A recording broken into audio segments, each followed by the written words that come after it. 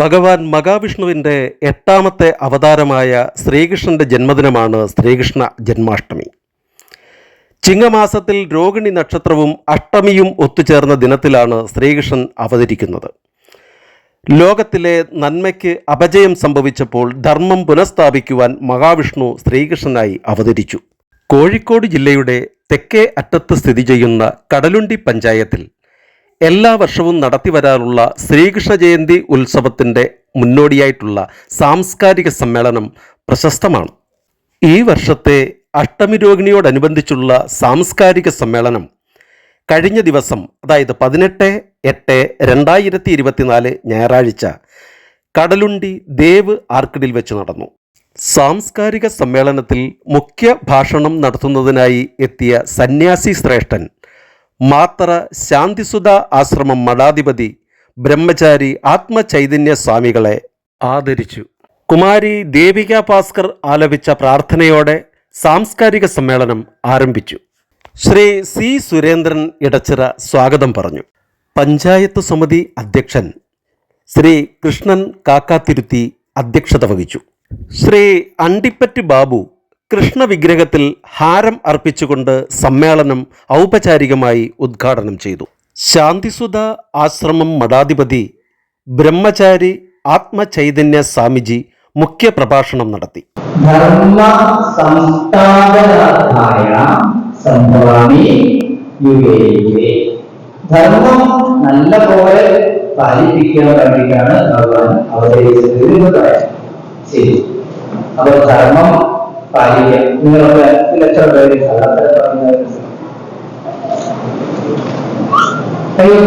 ധർമ്മം പറയുന്നത് സത്യം പറഞ്ഞാൽ ഒരു കുഴപ്പമില്ല.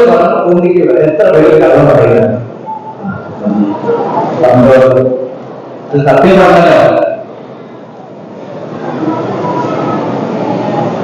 കള്ളം പറയുന്നത് ഒരു ജോലി കള്ളം പറയുന്നത് ചെറിയ കള്ളങ്ങളൊന്നും പറയാതെ ജീവിക്കാൻ പറ്റില്ല. സുഹൃത്തുക്കളായിട്ട് ജീവിക്കുന്നവരാണ് അതല്ലേ പറയാനുള്ളത്, അല്ലേ?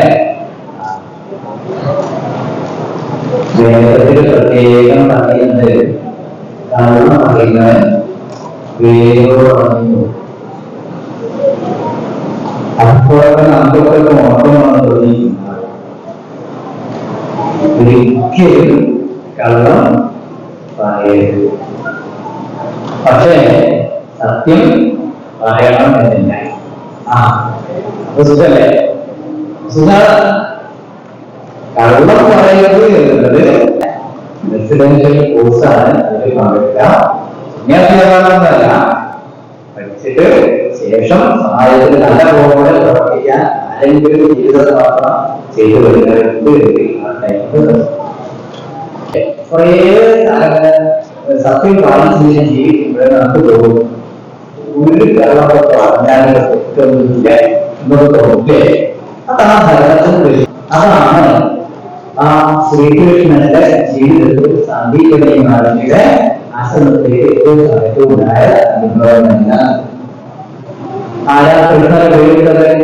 കൃഷ്ണൻ എന്ന് പേരിട്ടതാണ്. ശ്രീകൃഷ്ണനാണോ? കൃഷ്ണനാണ്.